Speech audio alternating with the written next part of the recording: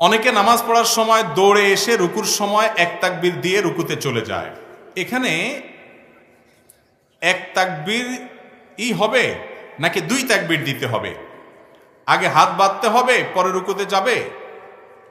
সঠিকটা বুঝিয়ে বলবেন। খুবই দরকারি একটা প্রশ্ন। ইমাম রুকুতে চলে গেছেন, আপনি দৌড় দিয়ে আসছেন, যদিও দৌড় দিয়ে আসা উচিত না, আসতে হয় কিভাবে? ফামসু আলাইকুম বিসাকিনা। নবীজি বলেছেন জামাত দাঁড়ায় গেলে তোমরা হাঁটো এমন ভাবে যেন ধীরস্থিরতার সাথে হাঁটো, তোমরা ধীরস্থিরভাবে হাঁটো। তো হুলস্থুল করবেন না, ধীরস্থিরতার ভাবে আসবেন। ফামা আদরাকতুম ফাসাল্লু মা ফাতাকুম ফাতিমু। এরপরে যতটুকু পান সালাত আদায় করবেন, যেটা ছুটে যাবে সেটা পরে পড়বেন। এখন প্রশ্ন হলো, রুকুতে ইমামকে পাইছেন, আপনি আসছেন, এখন আপনি তো তাড়াহুড়া করতেছেন, ইমাম রুকুতে উঠে গেলে তো শেষের একটা আবার পড়া লাগবে ভেজাল, তাই না?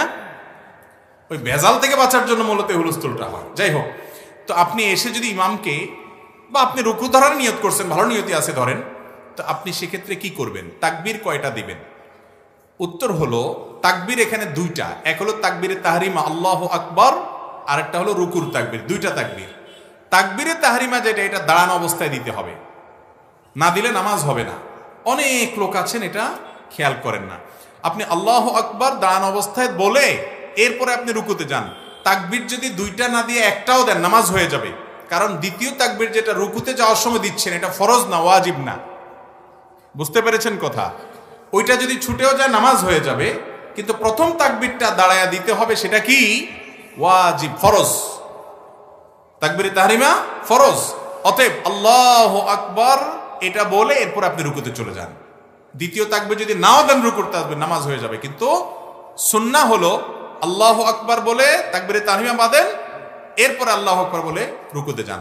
হাত যদি নাও বাঁধেন অসুবিধা নেই। এখানে বুঝেন, একটা হলো দাঁড়ানো অবস্থা আল্লাহু আকবার বলা, এটা হলো ফরজ, আবশ্যক, এটা করতে হবে। হাত বাঁধাটা জরুরি না। আপনি আসছেন, আয়সা দাঁড়ায় আল্লাহু আকবার বলছেন, এরপরে রুকুতে গেছেন আবার তাকবীর দিয়ে, হাত বাঁধেন নাই, নামাজ হয়ে যাবে। কথা কি বুঝাতে পারছি? আর যেহেতু ইমাম রুকুতে আছে, হাত, আপনি আল্লাহু আকবার রুকুতে চলে যান, হাত বাঁধলেন না, কিন্তু আপনাকে তাকবীর দাঁড়ানো অবস্থায় দিতে হবে। অনেকে আসার পর রুকুতে যেতে যেতে তাকবীর বলে তারপরে নামাজে যোগ দেয়, নামাজ হবে না। কথা কি বুঝাতে পারছি? আল্লাহু আকবার বলা শুরু করছে কখন যাইয়া? রুকুতে যেতে যেতে, মানে রুকুর দিকে বেশি ঝোঁক, হ্যাঁ দাঁড়ার দিকে বেশি আছে, আপনি মুভ করতে করতে রুকুর দিকে যাচ্ছেন, তখন তাকবীর দিয়েছেন, বেশিরভাগ দাঁড়ানোর দিকেই আছেন, তাহলে নামাজ হয়ে যাবে ইনশাআল্লাহ। আর বেশিরভাগ যদি রুকুর দিকে চলে গেছেন তখন তাকবীর বলেন, তাহলে নামাজ হবে। আমি কি বুঝাতে পারছি বিষয়টা? খুব সূক্ষ্ম একটা পার্থক্য। ইমামকে রুকুতে পাচ্ছেন, আপনি হাঁটতে হাঁটতেও যদি আল্লাহু আকবার বলেন, নামাজ হয়ে যাবে তাকবীরে তাহরিমের নিয়ত করে। এটা প্রথম তাকবীর, যেটা ফরজ।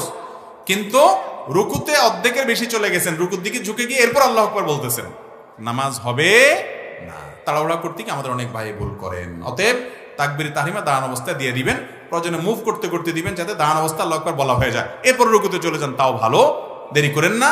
কিন্তু রুকুতে গিয়ে বা রুকুর দিকে বেশিরভাগ ঝুঁকে তাকবীর দিবেন, আর তার আগে তাকবীর দিবেন না, এমনটা যেন না হয়। আল্লাহ তাআলা আমরা যা শুনলাম, জানলাম, বুঝলাম, এগুলোর যে আমল করার তৌফিক দান করুন। জাযাকুমুল্লাহু খায়রা ওয়া আখিরু দাওয়ানা।